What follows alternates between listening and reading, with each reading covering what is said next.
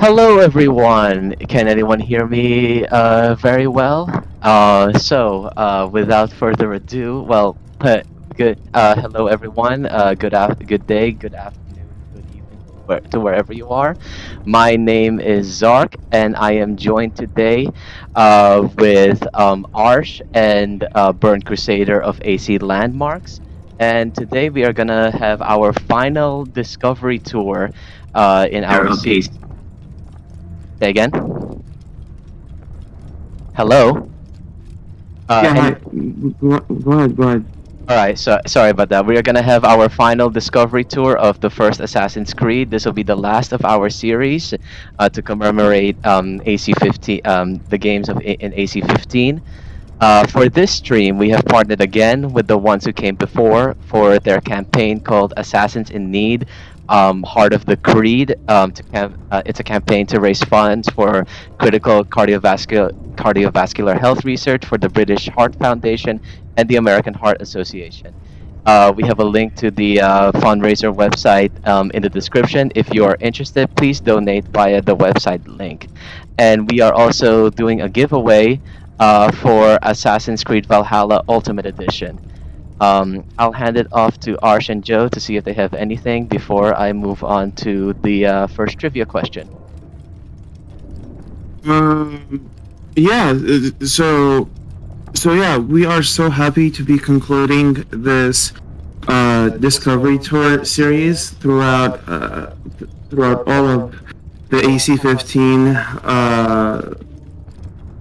community initiative that has been going on since, I don't know, 12 weeks ago. God, it's been a long time, but yeah, we're very excited. We're gonna talk about Assassin's Creed Mirage. A lot of things happened yesterday. I barely got any sleep. I'm pretty sure the rest of the party over here got sleep, but yeah, we're very excited to be finishing Assassin's Creed Discovery Tour and calling it as, like, now every Assassin's Creed has Discovery Tour, and who better to do it with than Zark and Historian's Perspective over here, and thanks to Adha for putting in a little bit more research just to feel her effect in the last stream over here. So I just very thankful for the team effort that's been going on around town for the past 12 weeks. Yeah. Historian's Perspective, do you have anything to add? No, I think I'm all set. Otherwise, we're just looking forward to the future of Assassin's Creed. With the new announcements of both the Japan and China game, there's going to be a lot of creativity that's available in both of those areas. And we're hoping to maybe see a good competitor against Ghost of Tsushima. Definitely. Yeah. Competition is always great. Yeah. Definitely looking forward to it, and especially Hexe, because it's like horror is one of my favorite themes in photography. So I'm really looking forward to that. But as Arsh mentioned, I just want to just a quick shout out to our series collaborator Adha. She's not here with us right now because she is on holiday, but she was able to help out with research for this one. She was one of the rocks that kept this team together. We are really, really grateful for all of her help during this collaboration, and I hope that she's having a really great holiday. Anyway, Yeah. on to our first trivia question, which is Assassin's Creed 1, and I'll actually post it as a poll. But of course, please be quick. Be quick about this because in the chat. That way you can pick the game for the next question. And the first question is, who wrote the strange symbols on the wall that can be seen in Desmond's room with eagle vision? Miles Morales. Yes. So, so yes, Yeah, so the choices are: is it subject 16, subject 12, subject 1, or subject 5?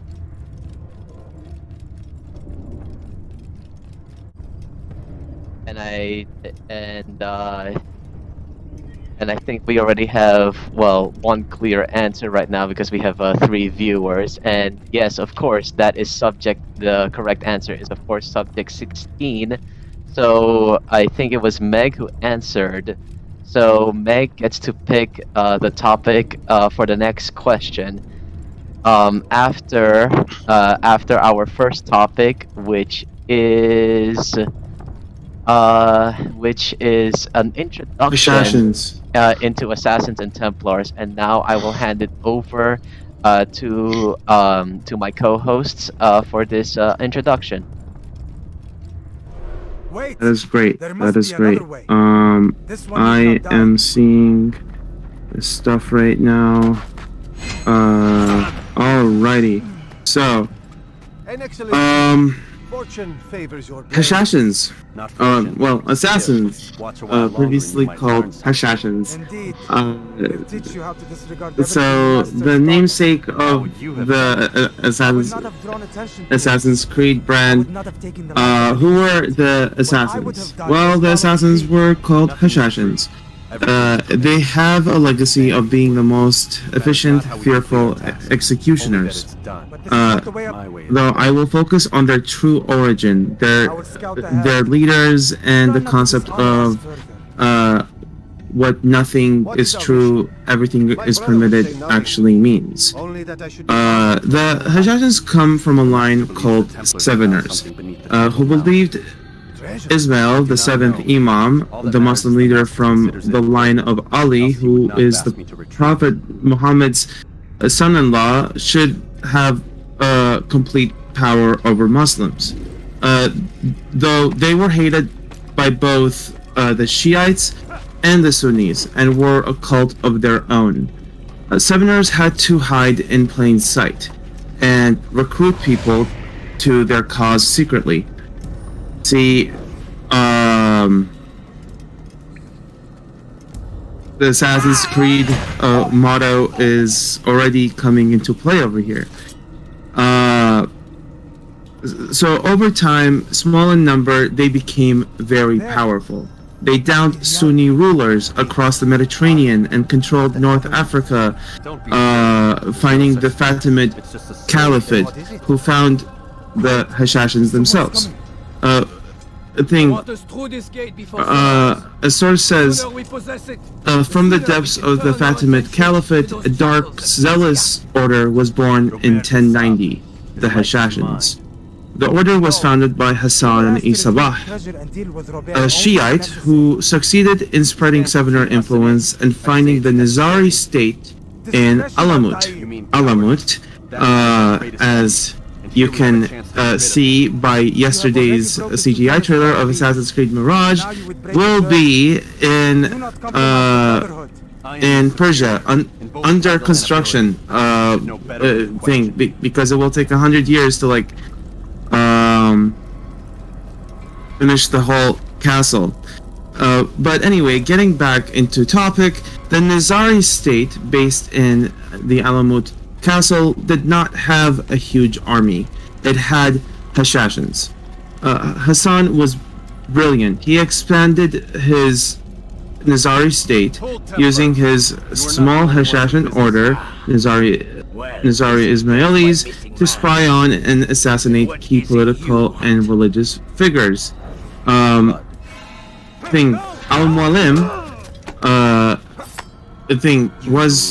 was one such figure in the future of this order that was part of this order. He was real. He learned.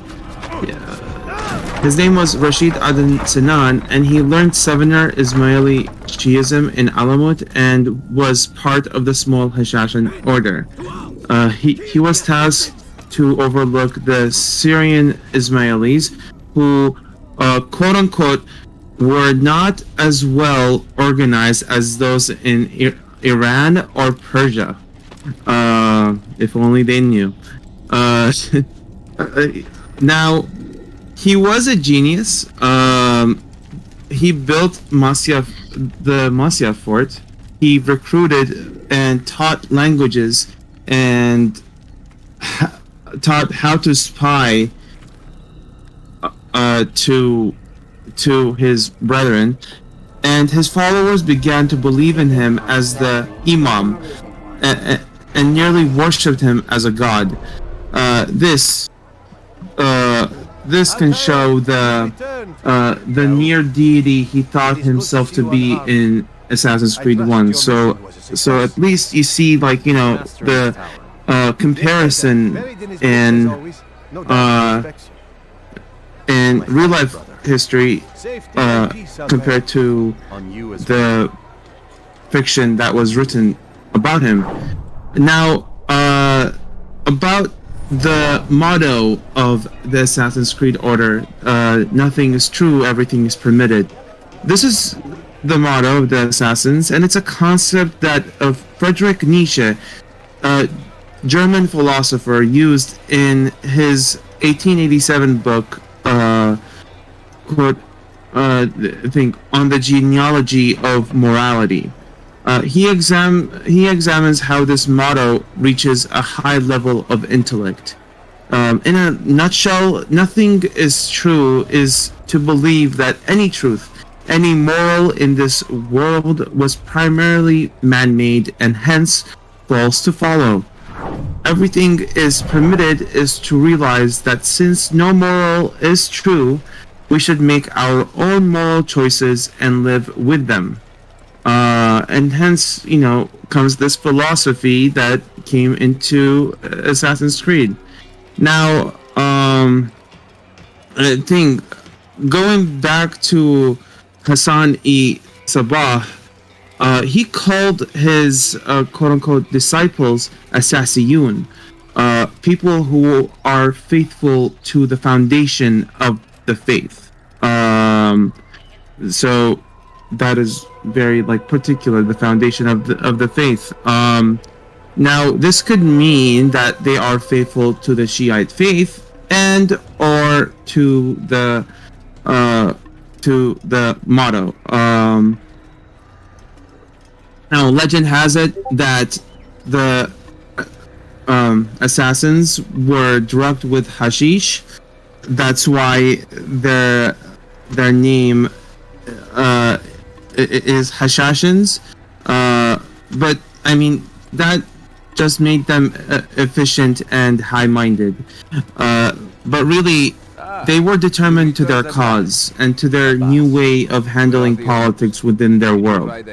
From this foundation came the assassins in Assassin's Creed thing in Ubisoft's Assassin's Creed franchise. With that, I conclude my part on the assassins. I think Zark, can you hear me? Another word and I'll put my blade to your throat. There'll be plenty of time for that later, Hello? brother. I can hear you. Well, Yeah, I why can don't we? hear you. Why don't we? Sorry about that. I was. Yeah, I can hear you. Yeah. What- But yeah. Go. Why don't we end the Hashashin with the very quote that Ezio is probably most well known for? To say that nothing is true is to realize that the foundations of society are fragile, and that we must be the shepherds of our civilization. To say that everything is permitted is to understand that we are the architects of our actions, and that we must live with their consequences, whether glorious or tragic. That is a sweet Definitely. way to end it. What a sweet way to end it. Yep. Altair, Yeah. come forward. Hope I did that research topic a good job. Do you guys want to move to the second Was not alone. topic, The Templars? Yeah, the Templars, and I It's think, our ability to we're gonna cover adapt that. that makes us who we are. However, This time it was not enough. Yes. What do you mean? Okay, let's move into the Templar Order. Treasure?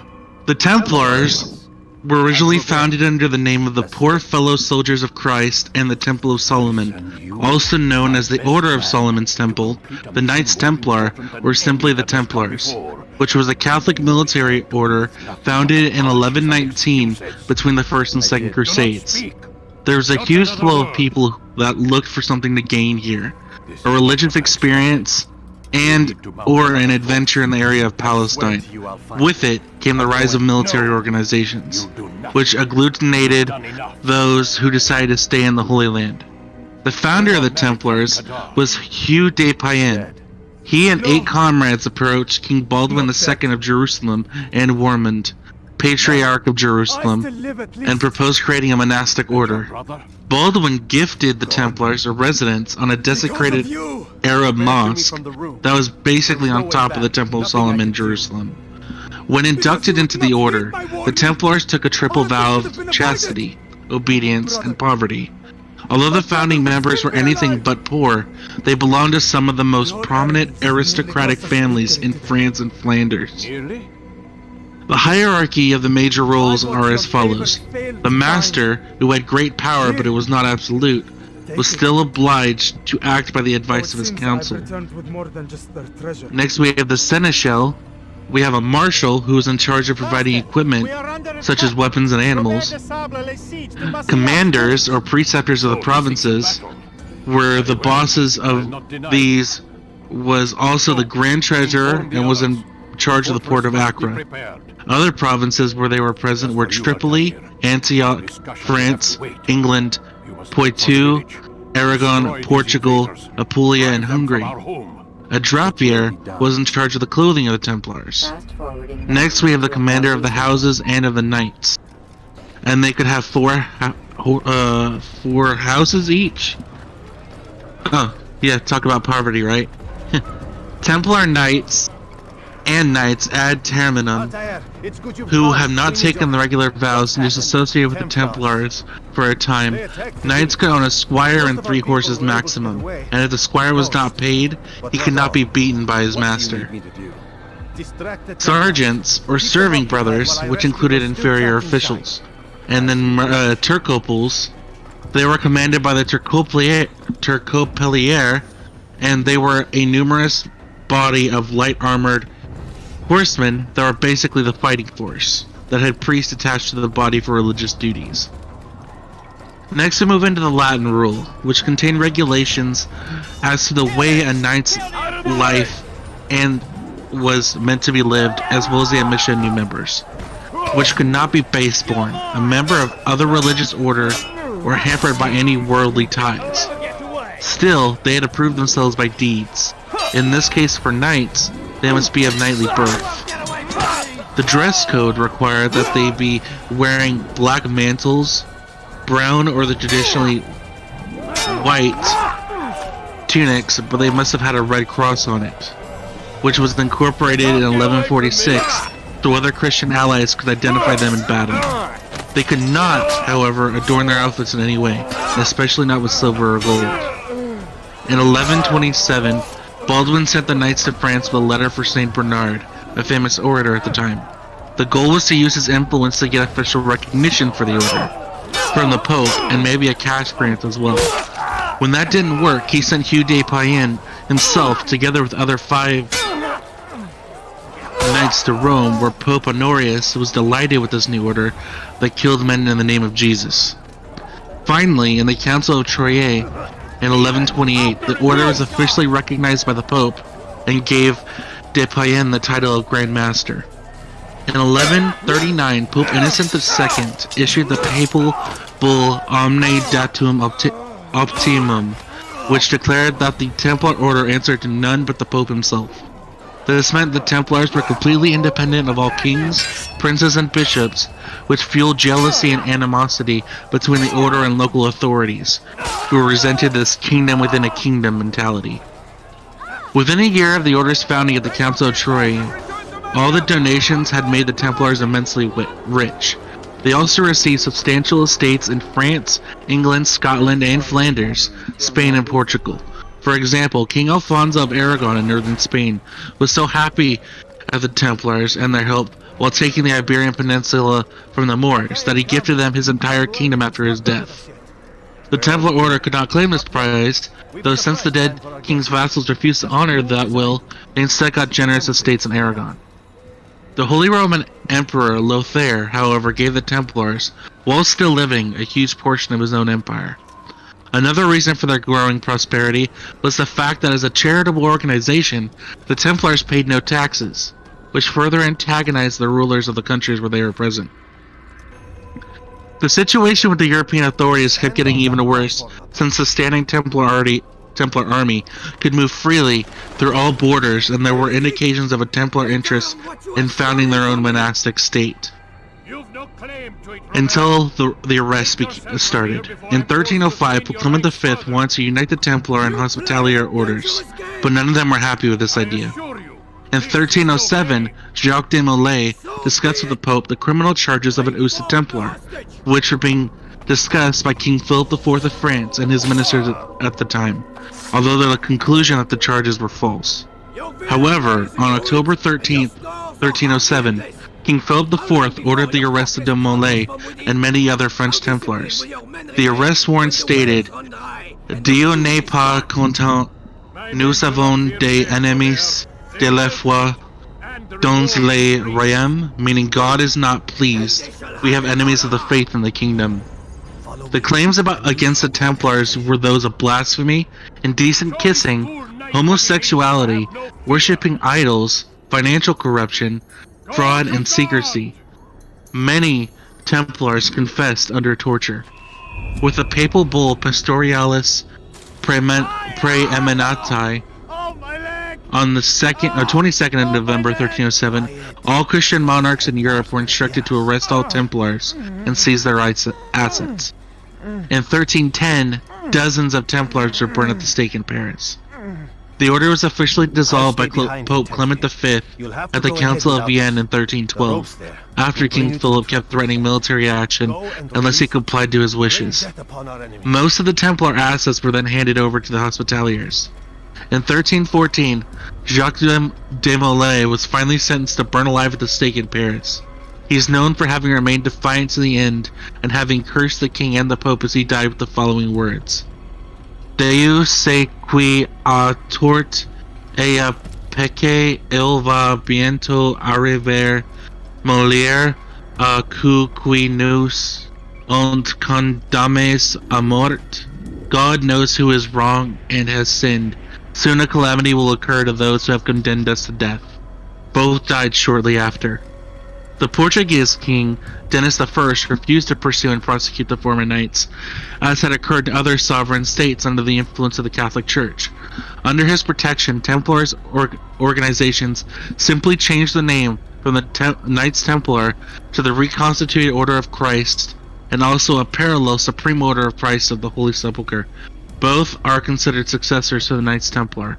The current position of the Roman Catholic Church is that the medieval prosecution of the Knights Templar was unjust, that nothing was inherently wrong with the order or its rule, and Pope Clement was pressed into his actions by the magnitude of the public scandal and the dominating influence of King Philip IV, who was also Clement's relative. And that's what we have for the Templars. You did well to drive Robert from here. That is just Shall be a long while before the troubles us again. amazing information. Societies Like were successful. God was it a lot of Templar In Solomon's temple. information for you guys to like think, you know, I did as I take in, but think like their history is very, very big. For our ways. Like What are you they were doing? There are the rules. they were one of the main armies during the Crusades, and they were portrayed as like, you know, You seem to forget. somewhat accurately in Assassin's Creed, and Adha did an amazing job researching about them. from the family innocent. So thank you to Adha, and thank you to Joseph, Historian's Perspective, If you are so familiar for with this tenant. reading all about that The old man inside the temple. He was thing. innocent. I can't wait to see how. I mean, Insolence. in AC Mirage, they're not gonna turn Templars or anything because that doesn't happen until Alfred.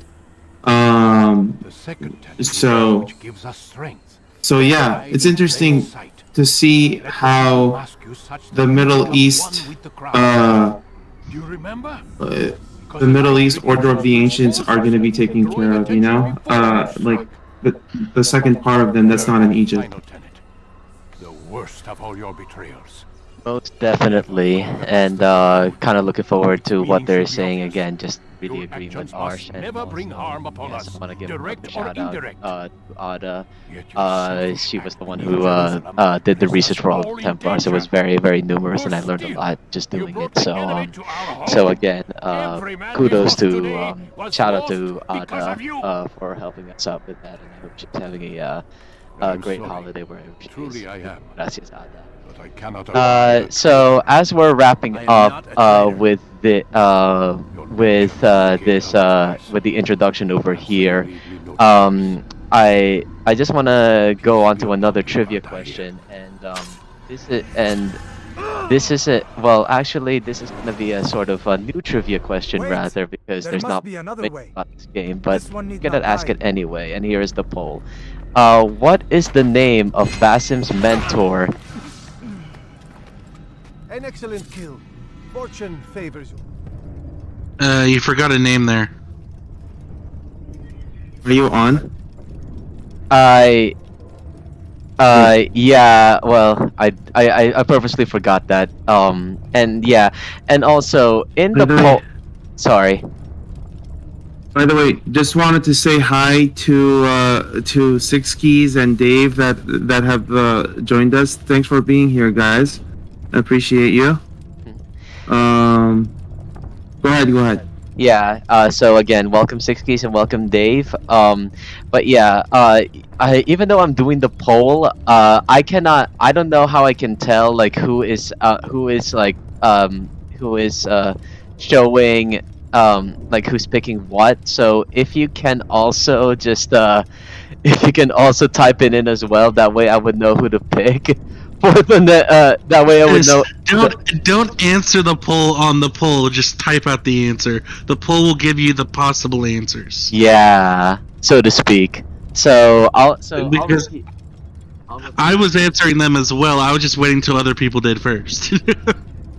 I'll repeat Listen. it as well. What is the name of Basim's mentor? Is it? Thanks for lurking, Six Keys. Thanks for Hope you're looking, having- please. Is it A? Hope you're making a good dinner.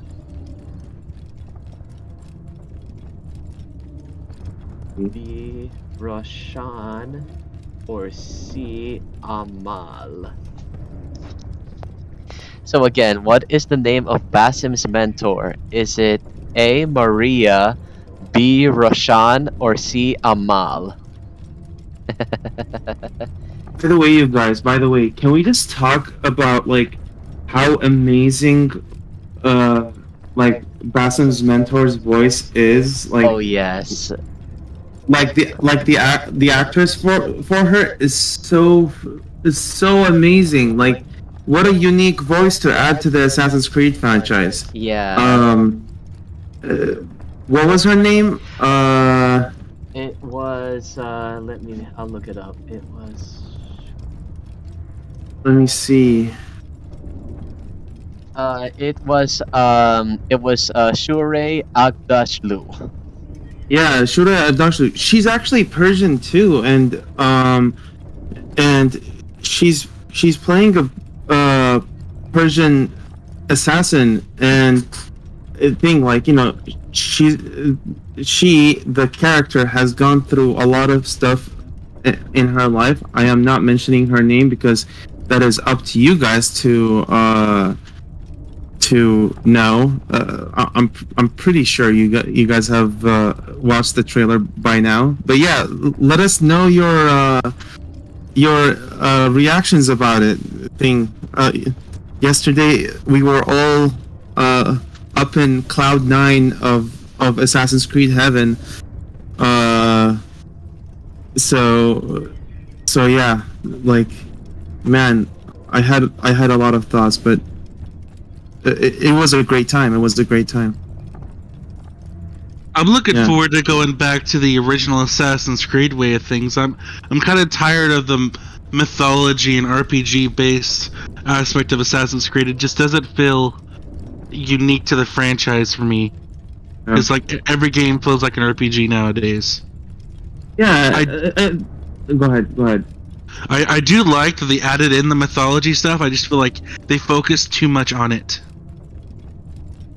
Yeah. It's In a perfect world, in a perfect world, which I mean they're trying to make, which I do give them the like the props to. Now they're trying to make a focused Assassin's Creed game and then make an RPG Assassin's Creed game and then make it focused again, and just like give and take, which is great. It's great to have like that space of time to really enjoy the RPG, have a small game and then enjoy another RPG instead of RPG after RPG after RPG thing. Like that basically burnt us out, right? Yeah, a little bit. Even though I like the current RPG trilogy, I would also have to agree that it's also not AC. Because I've played the game since the first one back in 2009. So, while I do like the story of the The newer first ones. one was 2007. Get your facts straight. 2007. Yeah, but because I didn't play the first game. 2009 was Ezio, bro. I, Like, I come didn't. on. I didn't play the first one until on its release day. I actually rented because what got me into it was the AC2 E3 trailer, and then I rented AC1 that summer, so that was 2009. But I digress. Just really looking forward to the future of the franchise, and since it was Meg who got the last one, she gets to pick the game for the next one, and that is after two topics. And so right Yeah. now, So the mentor's name is Roshan. So yeah, that's pretty good. Roshan also means something. Damn. Yeah. What just does the before, name Roshan mean? yeah, Go ahead. just before we move on, we've been on this loop for a while now. But anyway, because like the first time that I had seen Carlo Rota, who was Bassin's voice actor, was in 24 with Kiefer Sutherland, and he appeared in season 5. Shorey Agdashlu appeared in season 4 of 24, and that's where I first saw her. So my initial reaction was like, "Oh my God, we have two actors!" So that's now two actors from 24 in the same game, and it's like it's all coming together. But yeah, they couldn't have picked. So, a Assassin's better- Creed is getting big names. Yeah. Yeah. I couldn't have. They couldn't have picked a better voice actress, and I'm really really really looking Definitely. forward to what's in store. But anyway, we're now gonna take you to Damascus, where Ars is gonna talk about the Umayyad Mosque. Yeah. By the way, one more thing. Roshan is a gender neutral name of Persian origin, and it also has like a Hindu and Sanskrit roots to it. It means splendid light or bright or like daylight. So yeah, Roshan is bright, which is it's cool. I think I can't wait to get to know Roshan better. But anyway, we could be here talking about AC Mirage forever. We're gonna talk about it later on, but right now it's time for the Damascus Mosque. It is called the Umayyad Mosque. This is pretty cool. All right, so let's start with the Umayyad Mosque. The Umayyad Mosque is the earliest surviving stone mosque built between 705 and 715 CE by the Umayyad Caliph Al-Walid the First. During the opening, he is proclaimed to say to his citizens, "People of Damascus, 4 things give you a marked superiority over the rest of the world: your climate, your water, your fruits, and your baths. To these I add a 5th, this mosque." What a statement to make, by the way. Badass. Anyway, Al-Walid wanted this mosque to rival any of the great religious buildings of the Christian world. The Great Mosque was paid for with the state tax revenue raised over the course of 7 years, which was an insane amount of money. Its design was inspired by the temples and the churches that came before it. There were many temples and churches. If I talk about them over here, we can be for 2 hours. We can be here for 2 hours, but rest assured, they were reused. It reused older building materials in its walls. The complex includes a prayer hall and a large open courtyard with a fountain for washing before prayer. The prayer hall itself takes its form from Christian basilicas that were inspired from ancient Roman law courts themselves. There is no apse towards where to pray. Instead, the Qibla wall, or in Arabic you can say the Qibla wall, is where Muslims faced for prayer, as that had a mihrab, a niche that focuses people in their prayer. The Great Mosque has a massive dome and a transept that houses many worshippers. Rich mosaics are decorated on this transept as it faces the courtyard and is decorated on the exterior.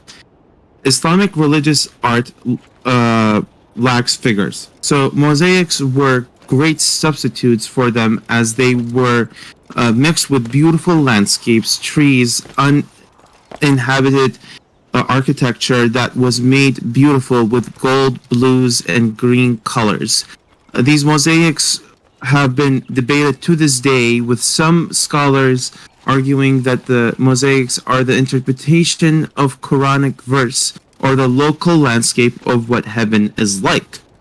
The Byzantine emperor himself, during the 12th century, is said to have sent mosaicists to Damascus, but this source came from a biased Christian perspective, so it has no proof of it. What is believed, though, among scholars is that the mosaics were either created by Egyptian artisans or just local ones that had an eye and a hand for it. Saladin himself was buried here. If you guys don't know who Saladin is, he is mentioned in Assassin's Creed 1, I think. I mean, he did take Jerusalem from the Crusaders, and he was just basically another badass of the Crusades. And he is buried there.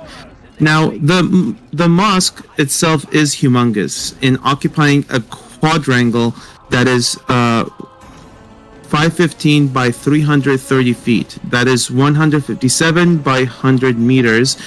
And has a large open courtyard that is surrounded by an arcade of arches, supported by slender columns. Its walls once covered more than an acre of mosaics that depicted a fanciful landscape, that was thought to be the Quranic paradise, as I mentioned, though only fragments of it survives today. Unfortunately, the mosque was destroyed by Timur in 1401, but later rebuilt by the Arabs. However, it later suffered damages because of fire in 1893, damaging with it the courtyard and its interior. But through all of this, the mosque still survives to nowadays, with most of its rich mosaics still surviving since the early 8th century. And yeah, you can visit the mosque right now. It's still not affected by the civil war happening. May it never be affected, because it is one landmark that is very, very unique to history. With that, I conclude my part in the Assassin's Creed Discovery Tour research. Awesome, thank you very much. That was really great research, and I actually learned a lot. I didn't even know about this mosque. Even while playing the game, I even had to look it up, like where it was. But yeah, like what you said, just really learned a lot with that research, and just walking around it right now, as you can see, it's really beautiful, and I hope that it stays pristine throughout the current conflict. So, I actually have a. Actually, like I mean, I have been to Damascus as a kid. I think we went to Damascus like probably 2 times. Now, since I was a kid, I didn't really pay attention to what landmarks I went to, so I don't remember if I have visited this landmark. But what I do know is Middle Eastern culture really loves their tea, and I do remember visiting a lot of cafes in Damascus, and I do remember having visited some sort of like architecture like this that you see in the Umayyad Mosque. I just don't know if it is the Umayyad Mosque that I visited. But yeah, like one thing that I loved yesterday from AC Mirage is that they showed off Middle Eastern staples, like it's like the tea or the chai. Just like it made me feel like I'm home. And man, I'm excited to go back to the Middle East. Yeah. Yeah.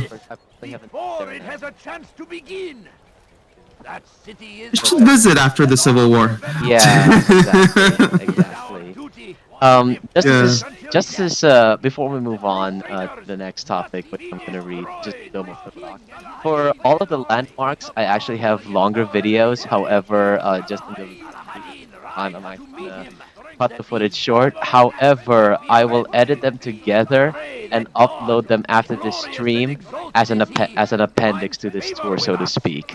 That way you can appreciate these landmarks in its entirety. But also depending on the other topics as well, I'll put them all together in individual videos or compile them all together. But I'll see. But just so you know that they'll be uploaded when the stream ends. And without further ado, I am gonna switch it over to the Dome of the Rock. Now, Yes.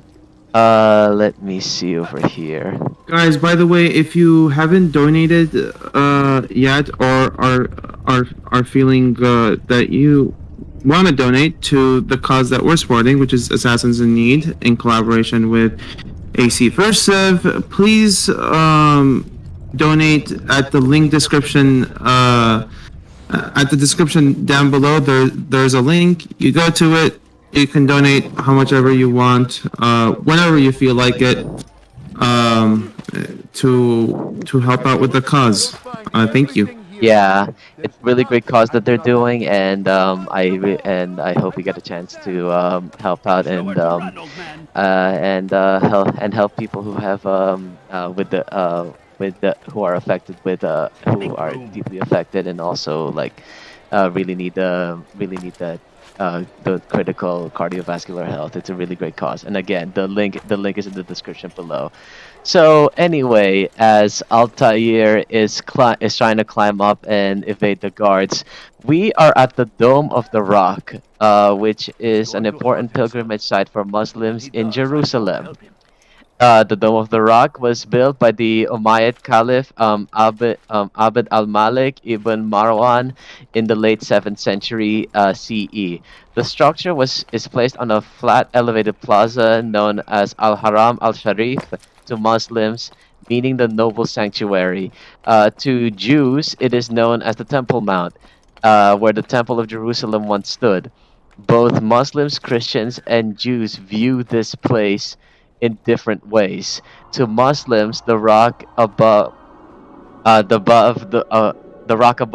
which the dome is constructed is the place where the Prophet Muhammad ascended to heaven to encounter God. This event is called the Mirage. The the landmark was Uh, taken. Sorry. In Arabic, I mean, in English, it is called the Mirage. And in Arabic, it's called the Mihraj. So. Oh. Yeah. I just wanted to add that, to add like a little bit Arabic spice into it. Yeah. ahead. But yeah, I wasn't sure about the pronunciation, but thank you for correcting me on that.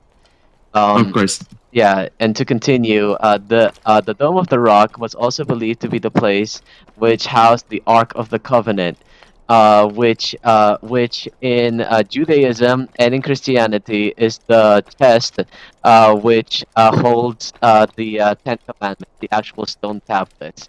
If you've seen Raiders of the Lost Ark, this is the treasure of which the antagonist and protagonist are after. Anyway, this also, it was told that the Dome of the Rock is where Abraham was asked to sacrifice his son. This is significant in Judaism. The significance for Judaism came when it was believed to be the sign where the foundation stone on which Jews believe the world was created is thought to be located within the area and identified with the rock below the dome. Christians and Jews alike in the Middle Ages identified it with the Temple of Solomon. Once, the Knights Templar were quartered there after Jerusalem was conquered by a Crusader army in 1099, when the Templar churches began imitating its design in Europe. The Crusades also saw Jerusalem come under the control of Christians, where it was made into a church, and Muslims the next, when Saladin, from the Umayyad dynasty, controlled Jerusalem once again.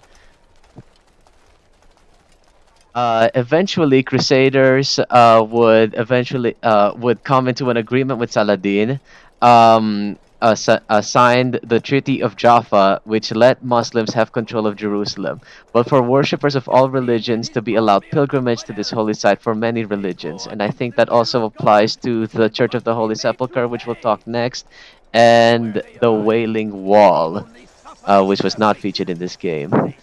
Now, ending to talk about now, for switching its focus from the historical significance, we're now going to talk about the architecture. The Dome of the Rock is shaped like an octagon, with all sides being nearly symmetrical. The Dome of the Rock is one of the rarest architectural structures that are fashioned after the Islamic central planned style. It was constructed in the 7th century with its octagonal base being topped by a gilded wooden central dome.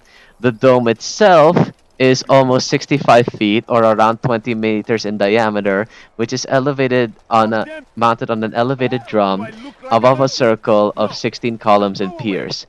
Within that circle is an octagonal arcade of 24 piers and columns. But its outer walls would also form an octagon, with each side being 60 feet or 18 meters wide and 36 feet or 11 meters high.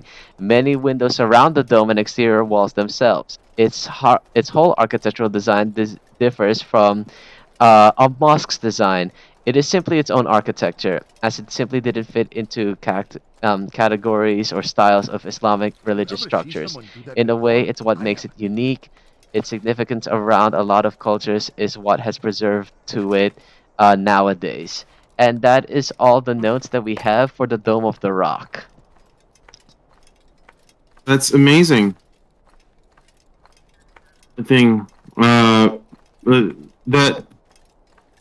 Dome of the Rock is like really it's it's a place that was fought for against like, well, it's a place that was fought for like all religions, and it holds like a significant part of like Assassin's Creed 1. I mean, it's also like so well portrayed in Assassin's Creed 1 too, to be like a trapezoid. Like, I got to learn so much about it researching about it, and it was pretty cool. Like, I'm gonna write an article about it and post it with like more info. But yeah, just it's pretty cool to go back to Syria and Jerusalem. Acre even was like a major thing, like port of trade. So like Assassin's Creed 1 landmarks are like pretty cool. So eventually I'll get to posting about them. And Anyhow. we're looking forward to it. Keep us posted Yeah. when that comes out. So really looking forward to it. And I'll actually just let this footage run as we get into our next trivia question. And since Meg got the last question right, can she pick the game for the next trivia question, please?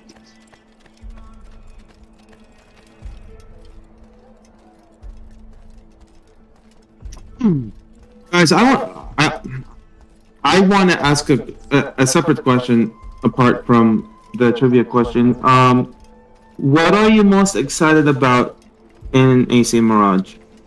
Like, it's a broad question, I understand, but like, for example, I'm just excited about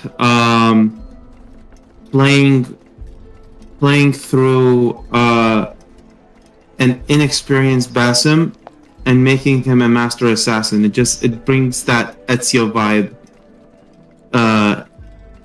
into it, or even the Altair vibe. You know, going from an apprentice to a master assassin again is just it's really good after having it now on like next gen. Oh yeah. And at least for me though, like but yeah though, now that you mention it, I am getting a little bit of some Ezio vibes, just like going up from like just growing up like really young, and then just see how he basically fits into the order, as well as his other aspects in his life. I'd rather not go into it if you haven't played Valhalla. But I am getting that vibe. But so it's really nice to see, and we'll see what happens. So okay. So Meg chose AC3. And we will go to AC3. Let's see what we have over here for AC3. Okay. All right. Let's do this.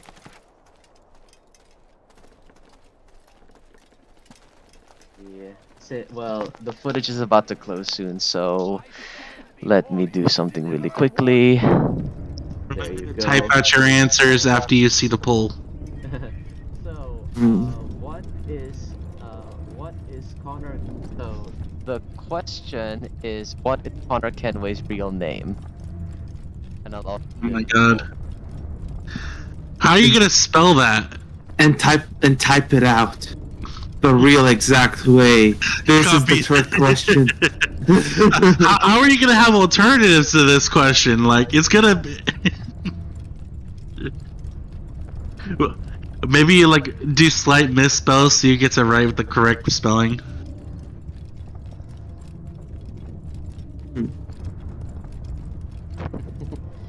I just put up the poll, by the way. So I don't know if you can copy.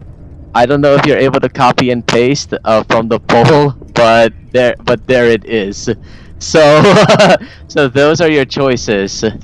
Connor, Raton Haketon, Kanyen Zio, or Kanen Tokon. Type out in the chat if you want credit. Yeah. Type it in the chat. That way for credit, and that way you get to pick. Well, actually, this will actually be our final trivia question. Because because the next question at the end after the last two topics will be a giveaway question. Because if you're just joining us right now, we are also doing a giveaway for Assassin's Creed Valhalla Ultimate Edition. Not Burn Crusader. I mean Arsh. Is the code eligible in certain regions, or are you good anywhere, any region? I believe it's just eligible in the United States and Europe. Okay. Yeah. Alright. Yeah. So if you go ahead. yeah. Sorry. Go ahead. Sorry. I believe it's eligible in the United States and Europe. I just have to check one more time. I will let you guys know. I don't want to do it up again. Awesome. All right. So.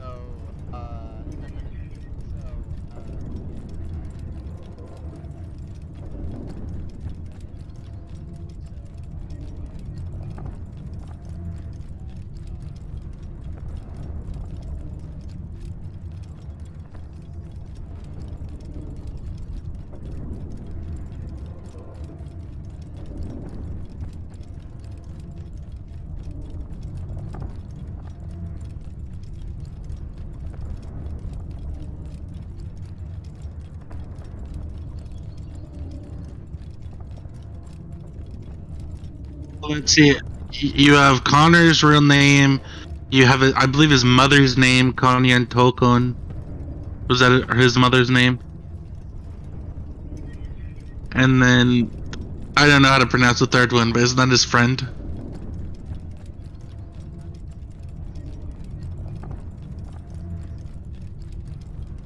Yeah, that's what it is.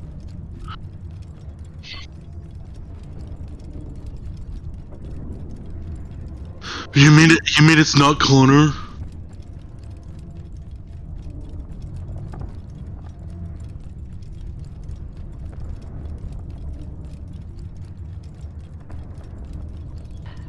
Anyway, we as I said earlier, we are gonna be moving on to our last two topics.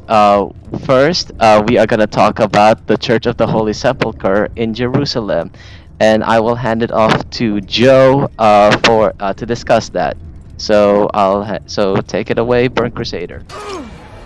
Okay, Church of the Holy Sepulchre. The site of the Church of the Holy Sepulchre in Jerusalem is identified as a place being both of the crucifixion and the tomb of Jesus of Nazareth.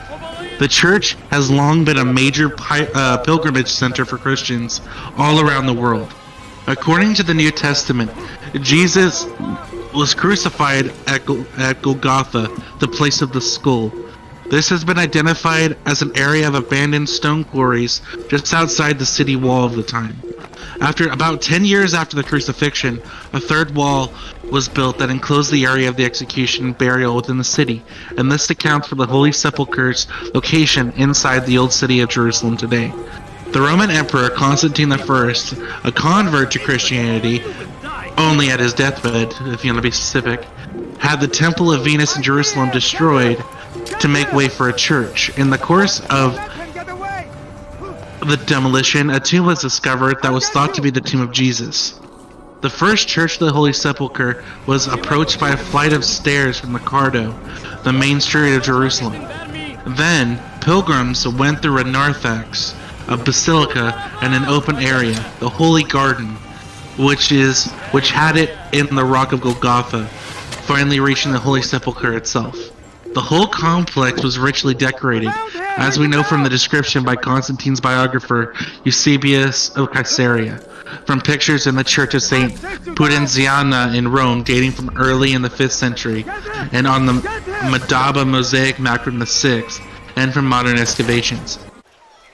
In 326, Constantine's mother, St. Helena, made a pilgrimage to Jerusalem, where, according to legend, she discovered the relic of the cross of Jesus, known as the True Cross. The story of the discovery of the cross was current early in the 5th century, and in the 11th century, a cave deep below the ruins of the basilica came to be known as a chapel of the invention of the cross. In 614, a Persian army destroyed the church and the True Cross was taken away, but in 631, the Byzantine Emperor Heraclius negotiated its return. The Arab conquest in 638 was initially less destructive, as Christians were treated with tolerance, but 300 years later the entrance of the basilica was converted into a mosque, and in 966 the dome was destroyed by fire during anti-Christian riots. In 1009, the fanatical Fatimid Caliph al-Hakim ordered the destruction of the church. The Byzantine Emperor Constantine IX, Monomachus, funded its rebuilding, but on a different plan with the entrance on the south side. This was the church that drew pilgrims from all over Christendom in the later 11th century, and for much of that period the Muslim rulers of the city treated them well. It was only after the capture of the city by the Seljuk Turks in 1077 that rumors began to circulate that Christian pilgrims were being ill-treated and denied access to the church. The liberation of holy places, the foremost of which being the Holy Sepulchre, was an important motivation for the First Crusade between 1096 and 1099. After the capture of the city in 1099 by the Crusaders, eyewitnesses tell how the survivors of the expedition prayed in the Church of the Holy Sepulchre, which struck them as unusual because it was open to the sky. During the next half-century, the Church of Constantine IX Monomachus was largely reconstructed. Although the building's footprint was preserved, the church acquired the attributes of a cathedral in the Western model.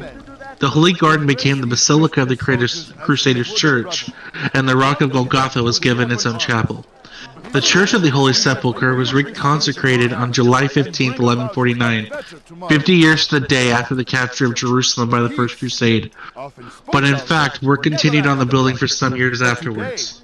Nevertheless, the Church of the Crusaders is essentially the church that is seen today. The Crusaders' Church attracted enormous...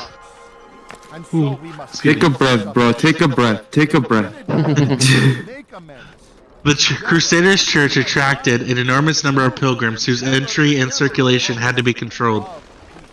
The twin doorways can still be seen, although the elaborately carved lintels under which the pilgrims passed were removed after the earthquake of 1927 and are now in the Rockefeller Museum in Jerusalem. The right-hand door was blocked up after the Muslim conquest of the city in 1187. However, even during periods of Muslim occupation, pilgrims continued to be admitted to the site, and indeed Western leaders were anxious to negotiate rights of entry. Some features of the medieval church can no longer be seen, for example, the tombs of the first rulers, Godfrey of Bouillon and Baldwin I, which were removed in the early 19th century when the Greeks were carrying out restoration work. All of the kings of Jerusalem up to 1187 were buried in the Calvary Chapel. As 12th century maps reveal, the Holy Sepulchre in Jerusalem was the spiritual focus of Christendom and its most important pilgrimage center. The church was laid out to enable pilgrims to move from chapel to chapel, their visit culminating in the Holy Sepulchre itself. At Golgotha, to mark the completion of their pilgrimage, they would leave the crosses they had carried on the journey, and a great pile of these would be burnt on Easter Eve. On Holy Saturday, the ceremony of the Holy Fire took place. The patriarch entered the edicule, where the Easter fire was kindled and then passed from hand to hand. This was witnessed by the chroniclers Echard of Ara in 1101 and Cafaro in 1102.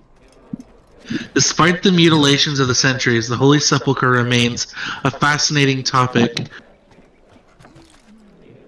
or a fascinating complex of structures and is of key importance for several phases of medieval architectural history, imitations being built all over Europe.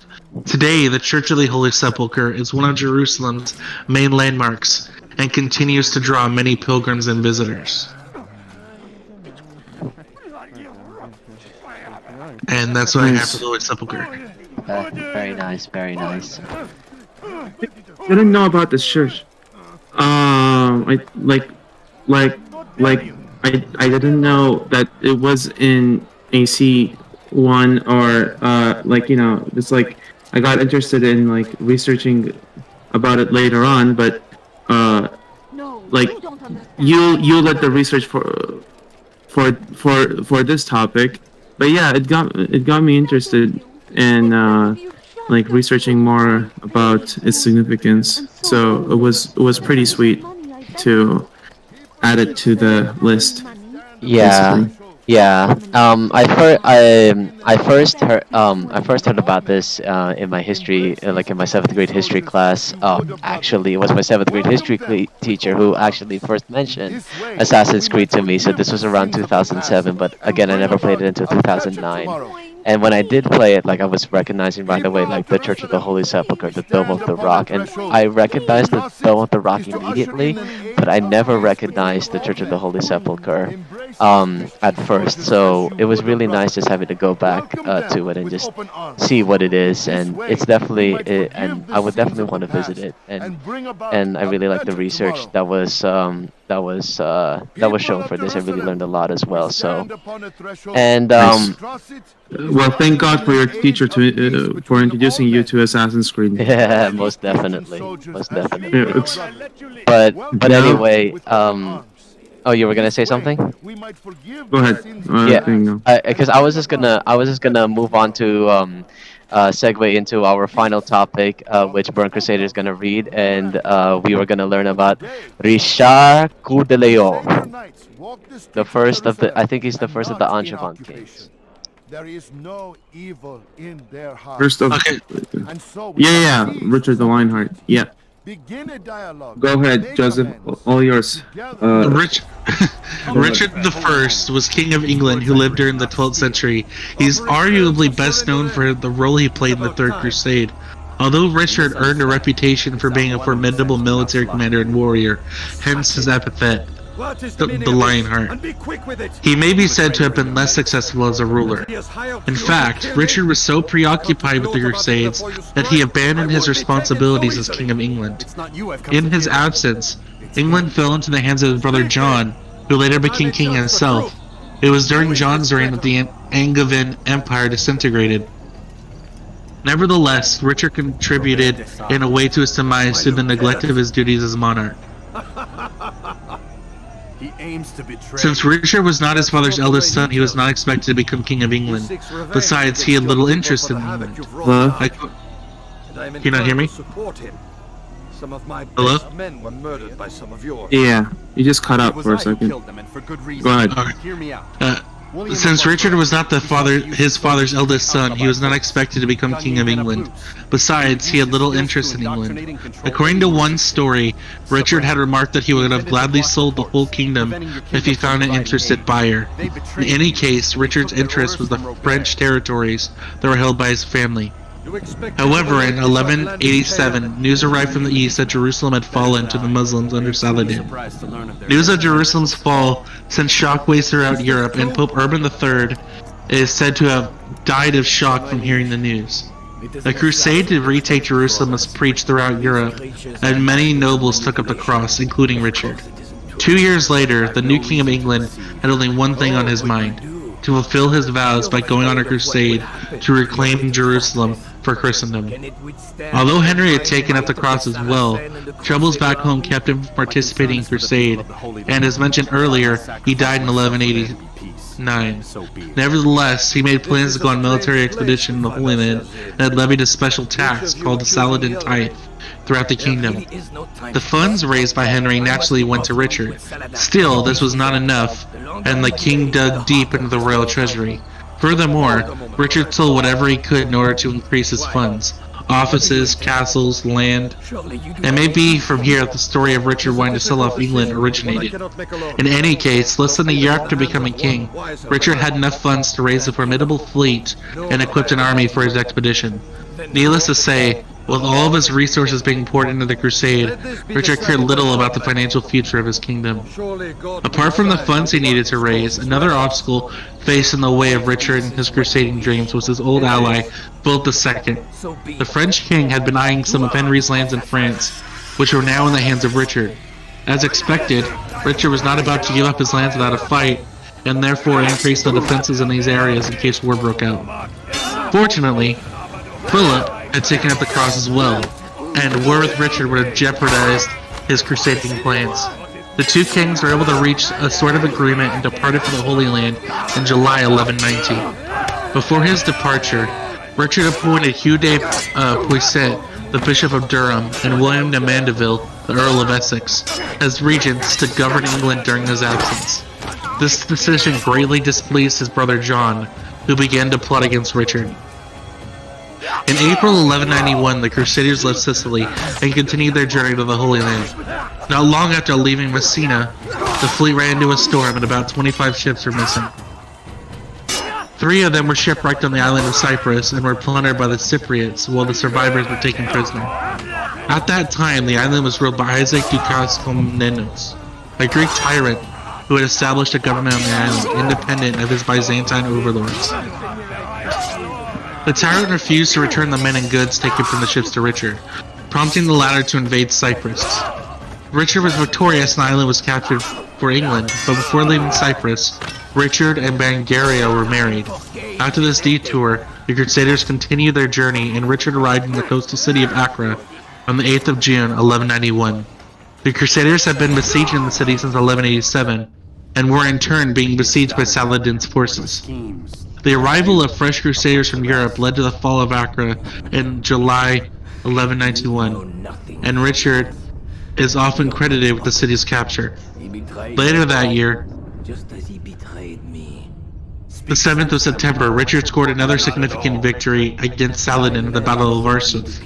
Richard defeated Saladin again in 1192 at the Battle of Jaffa. As a result, the Treaty of Jaffa was signed between the two kings on the 2nd of September 1192. Among other things, the treaty ensured a 3-year truce between the two sides, giving Christian pilgrims free access to holy sites, and the coast down to Jaffa was allowed to remain in the hands of the Crusaders. On the 9th of October 1192, Richard left the Holy Land, but never to return. Although the Third Crusade made significant gains and ensured the survival of the Crusader states, ultimately it did not achieve its primary objective. The recapture of Jerusalem, as for Richard, the expedition won him fame and sealed his reputation as a great military leader.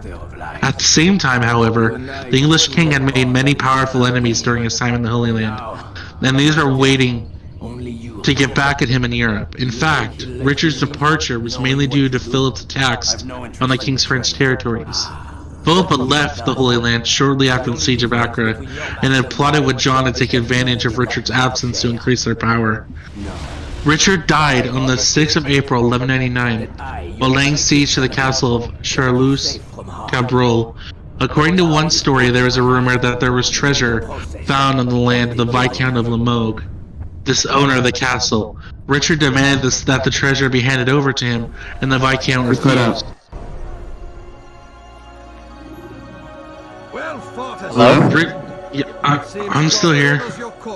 I can hear you. God had nothing to do Richard with it. refused, I was the better fighter. or Richard demanded that the treasure be handed over to him. Hello? The Believes in you. Before you go, You guys Hello? hear? question. Yeah, I can hear you, Crusader. Keep Then going. Why? Why travel all this way? The Viscount refused to comply, so Richard attacked him.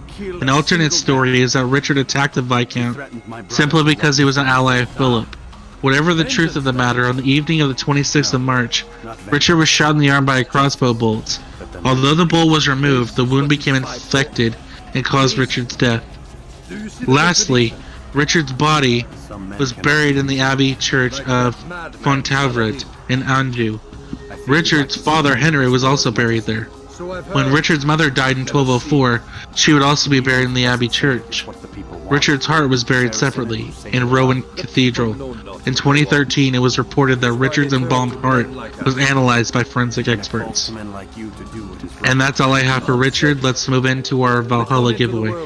Hold on, before I say something, because before we move on to that, because I said earlier that they have been wrong. We are what So we choose to be. Richard is actually, I think, the Okay. second of the Angevin Always kings. playing with words. And the term Angevin is discussing their origin. They are from Anjou, which is in France. This is descended from. This is because the Normans, who were headed by William the Conqueror, they are from Normandy, which is also from France. So the modern lineage of the kings of England, or what we think of the kings of England today, is actually French. But what is significant is that Richard's brother and the last of the Angevin kings was named John. He was a bad ruler. However, his rule is significant in that he signed the Magna Carta, which basically established the rights of free men under the rule of law. Think of it as like the U.S. Think of it as like the Declaration, like a predecessor of the Declaration of Independence, or the Declaration of the Rights of Man during the French Revolution. So it essentially, so it was the first of its kind to establish democracy in England, and then It after basically that, gave. go ahead. Sorry. It basically limited the power of the monarchy. Like, it's like, hey monarchy, you guys are not always right. Like, Yes. kind of thing. Anyway, Zark, move on. Sorry. Yeah, sorry. Go ahead. But that's all that I wanted to say, and then we'll get into the War of the Roses, and that's a whole nother thing. Anyway, Valhalla giveaway question. Let's do this. Yeah, my internet cut out just for a second, and I went into panic mode, and I am back. So let's do the Valhalla question, guys.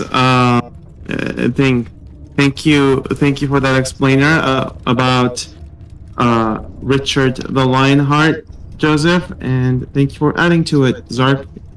It was great. All right. Well, the Valhalla question is gonna be, I checked, and the codes are good for US and Europe, and it's gonna be just US and Europe. Any console you want, or PC. And also after it, please DM me on AC_landmarks on Twitter or Instagram, so I may get your information and give you the code by tomorrow, Monday or Tuesday, depending on when I get it. But without further ado, I'm wondering if you guys can answer this question, this historical question, which goes back to the roots of Assassins. So, who was the real founder of the Assassins? Oh. Was it A. Hassani Sabah, B. Al-Mualim Rashid Ad-Sinan, C. Saladin, or D. Gilgamesh?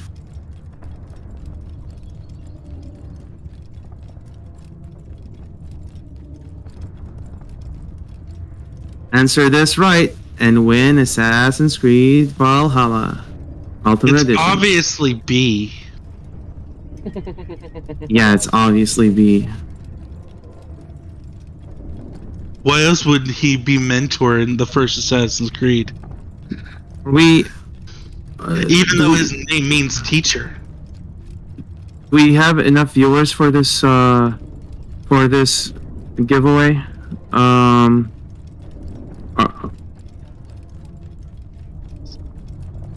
one of Yeah, them. I know. I'm one of them. I don't think we have enough viewers. You could always do it over Twitter. Yeah. But make it like 5 to 10 questions over Twitter, and the first one to get 100% gets it. Or I'm just gonna do it over Instagram. Instagram is easier because you can see who answered right. That's better. Well, anywho, now that nobody answered the question, I think the founder of the Assassins was Hassan Isabah. Al-Mualim was only... Oh, good job, man. Good job. A for effort, you know. See what you did there. Yeah. Al-Mualim was there later on as well. Rashid Adha. He was a leader later on, but he did not find the Hashashins. Anywho, guys, to whoever is here and to whoever will be listening on this discovery tour later on in the future, I just want to thank you all for sticking through all the discovery tours that we have made from I mean, I started with Joseph through Assassin's Creed Valhalla to Odyssey to Origins, and then started with Zark, Adha, Louise, Nerdy Archer, and Who else? the let's talk crew. the Let's Talk crew, James and Declan, thing for like helping us out with Assassin's Creed 4 Black Flag. I just want to thank all of them for their contribution to this ongoing series in the AC-15 celebrations. I hope you all learned something through all of this, and just keep continuing your curiosity and learning of Assassin's Creed landmarks, figures, events, and hopefully we can make shorter versions of these and put it on AC landmarks in the near future. Yeah.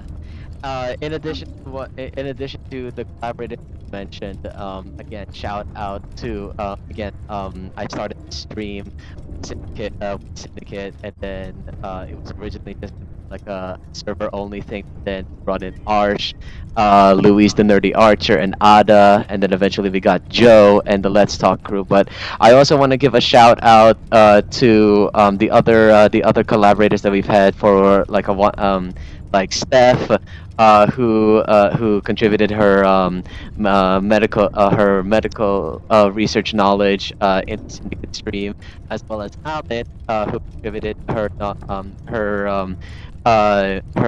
research in antiquity during the Assassin's Creed Brotherhood stream.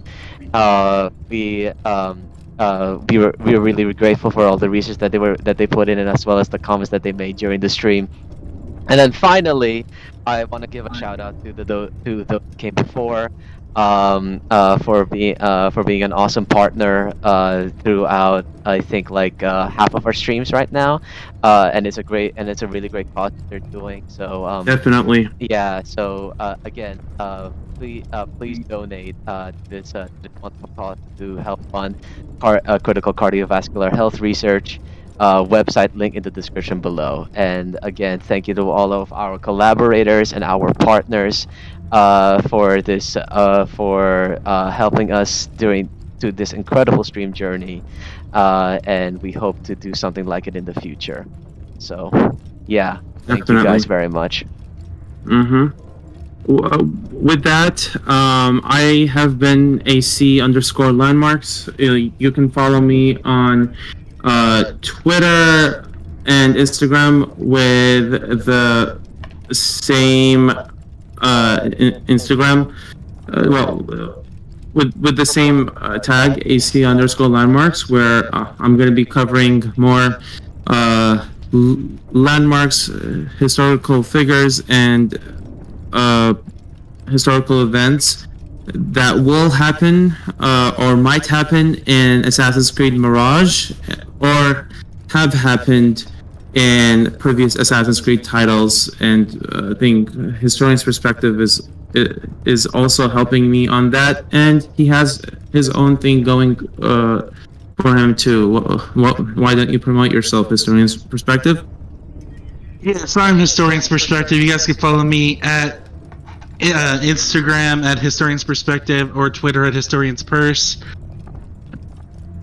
I will be. I'm currently working on getting more regular content for my Twitter, so I'm gonna start building my following there, as well as we're all planning on a future content alongside the new Assassin's Creed games that have been recently announced, and we look forward to seeing you guys in whatever step we take next in our journey. Yep.